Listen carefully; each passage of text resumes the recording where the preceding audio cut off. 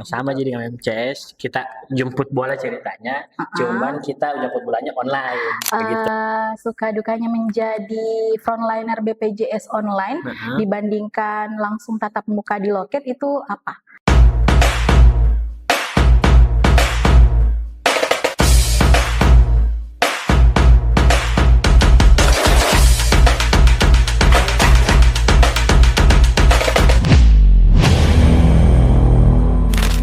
Halo Sobat JKN, bertemu lagi dengan saya Riani di Popo Polewali Podcast. Talk, talk, talk. Nah, hari ini saya sudah bersama dengan narasumber kita, yaitu Adwek Irham, yang akan membawakan materi terkait BPJS Online. Ya. Gimana, narasumber udah siap? Siap-siap, disiap-siapin aja. Kok gitu? Bagaimana keadaannya hari ini? Alhamdulillah sehat Ji Karyani. Aman. Hari ini ada BPJS Online nggak? Kalau hari ini nggak ada. Nggak ada. Kemarin hari Rabu ada, hari Selasa ada kemarin BPJS Online. Oh, jadi terakhir BPJS Online-nya hari Selasa ya? Hari Selasa kemarin. Oke, untuk memulai podcast kita hari ini, narasumber akan memberikan sedikit penjelasan mengenai BPJS Online.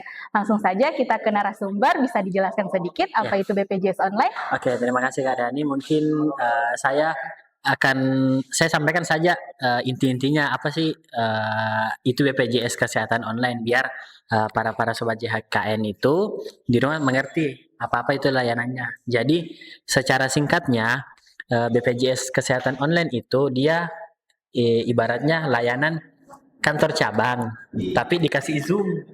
Begitu. Jadi apa di kayak itu peserta nggak perlu datang lagi ke kantor untuk menerima layanan di kantor cabang.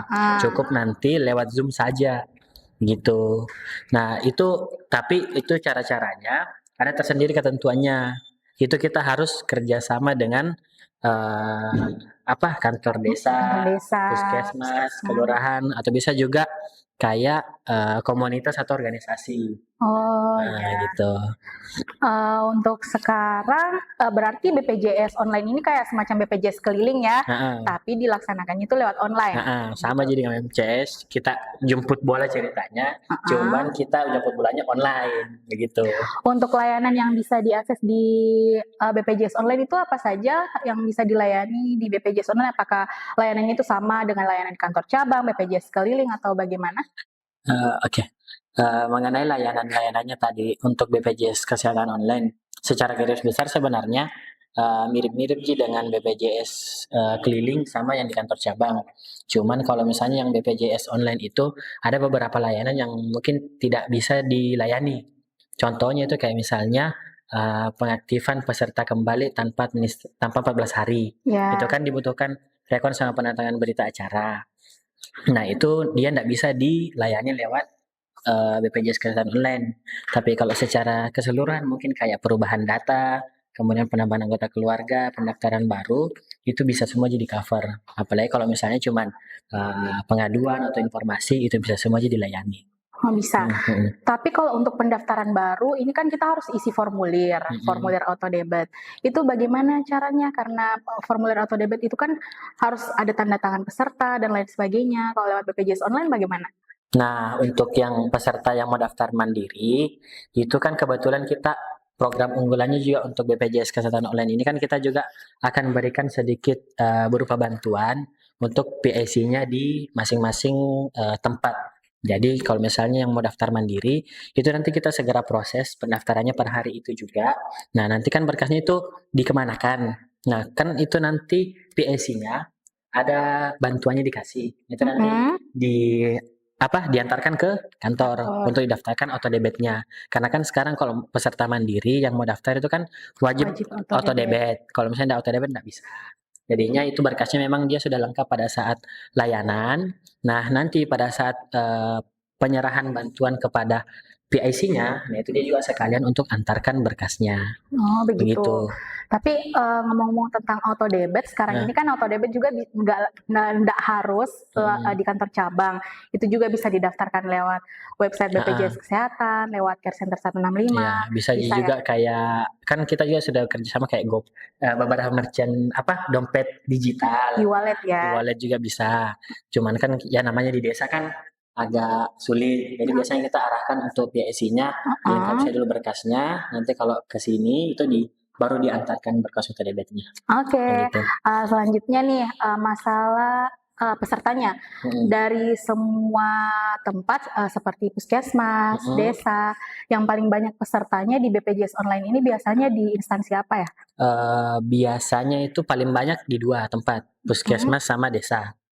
Kalau misalnya itu, tapi kalau di antara 2 ini biasanya lebih banyak itu di desa. Desa. Karena kan kalau di desa itu kan biasanya lebih cepat penyampaiannya ke warga, karena kan ada dusun-dusunnya setiap desa. Nah, itu biasa lebih banyak pesertanya dibanding yang di puskesmas. Karena biasanya kalau yang di puskesmas itu dia biasa khususkan untuk beberapa pelayanan saja. Padahal kita itu kalau BPJS Kesehatan Online itu sama aja dengan kantor cabang, bisa semua dilayani.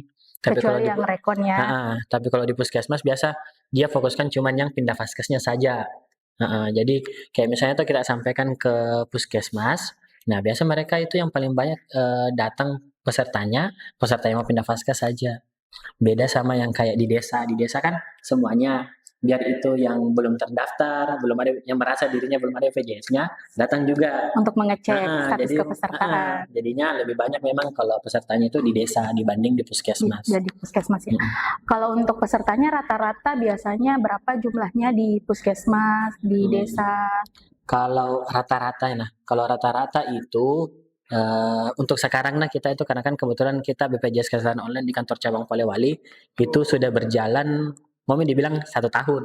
Oh, sudah lama ya? Karena sebenarnya itu sebelum ada ini BPJS Kesehatan Online itu dulu kita kan ada sedikit kendala lah, makanya kita tidak turun BPJS keliling. Jadi kita buat kegiatan BPJS Online di Zoom saya di desanya. Nah, dulu itu rame karena desa itu pikirnya kita terjun langsung. Tapi kalau sekarang karena sudah mengerti ininya desanya itu biasa sekitar 30-an 30-an rata-rata biasanya. Nggak terlalu banyak seperti di awal karena kan kalau di awal biasa sampai 60, 70 juga atau 50. Untuk jenis-jenis layanannya sendiri yang paling sering peserta akses itu apa saja? Kalau di desa paling banyak itu ya itu tadi yang saya bilang cek kepesertaannya bilang karena kan dia pikirnya belum punya kartu karena jadinya belum punya kartu dia pikirnya belum ada BPJS-nya padahal setelah kita cek ternyata ada BPJS-nya itu paling banyak sih sama kalau di puskesmas itu lebih banyak perubahan vaskes. Kalau di desa cek kepesertaan. Untuk frekuensi BPJS online sendiri itu apakah disamaratakan dengan BPJS keliling atau ada perbedaan di setiap bulannya?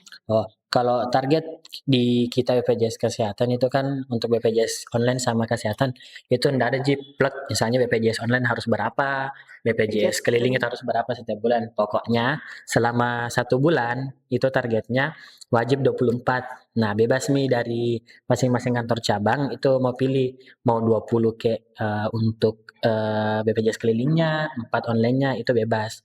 Cuman untuk yang target per ininya ada tersendiri lagi nanti masing-masing targetnya.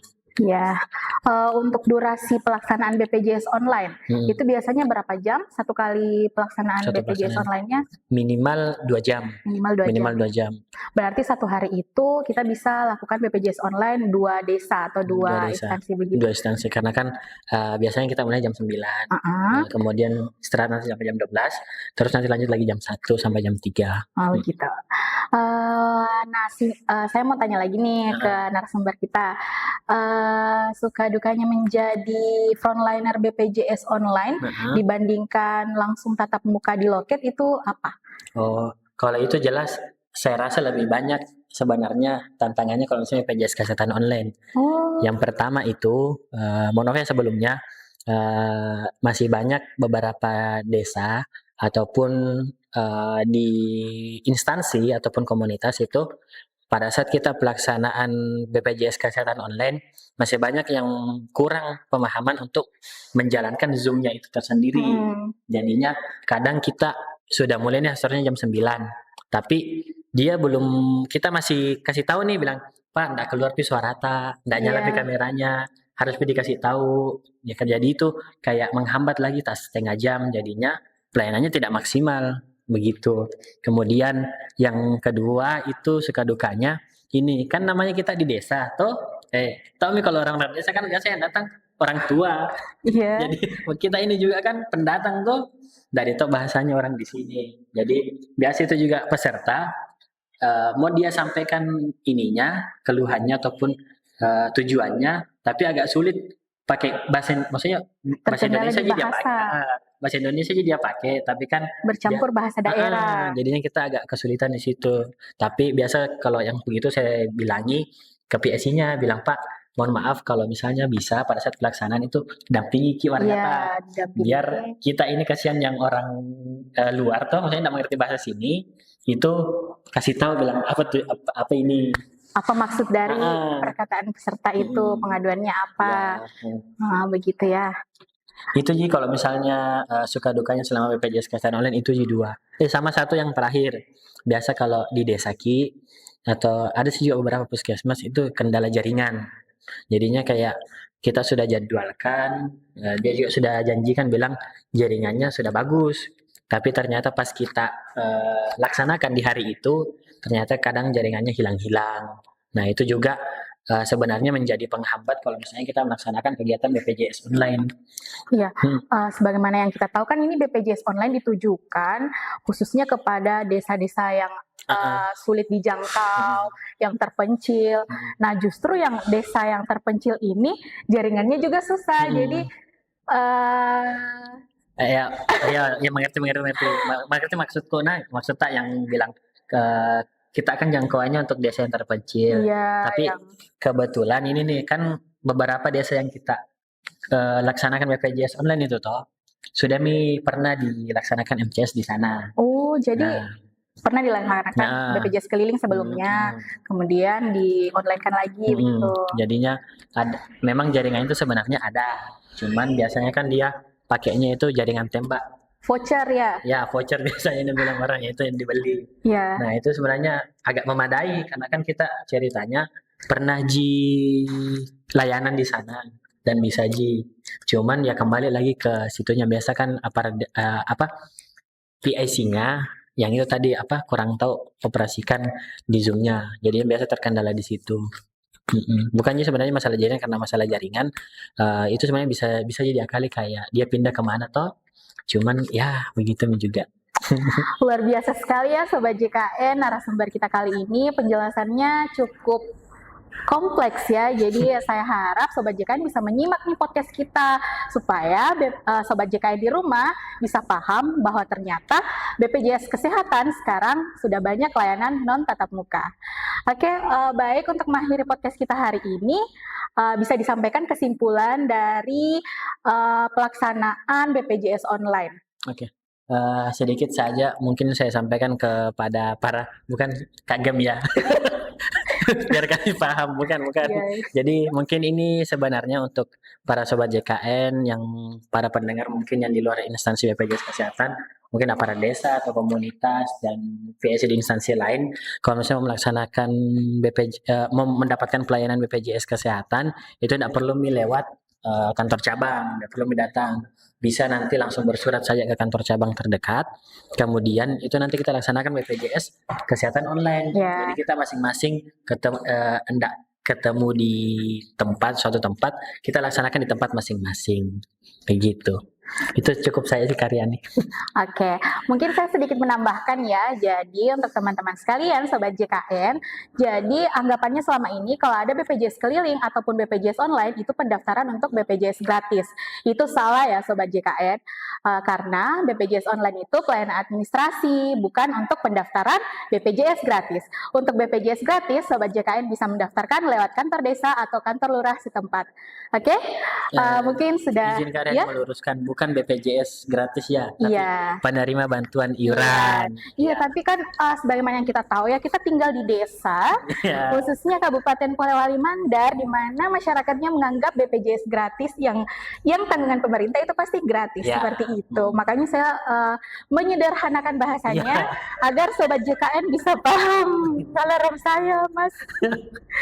Oke. Baik sobat JKN, mungkin sekian dulu podcast kita pada hari ini. Sampai ketemu di Polewali Podcast selanjutnya. Popo Polewali Podcast. Talk.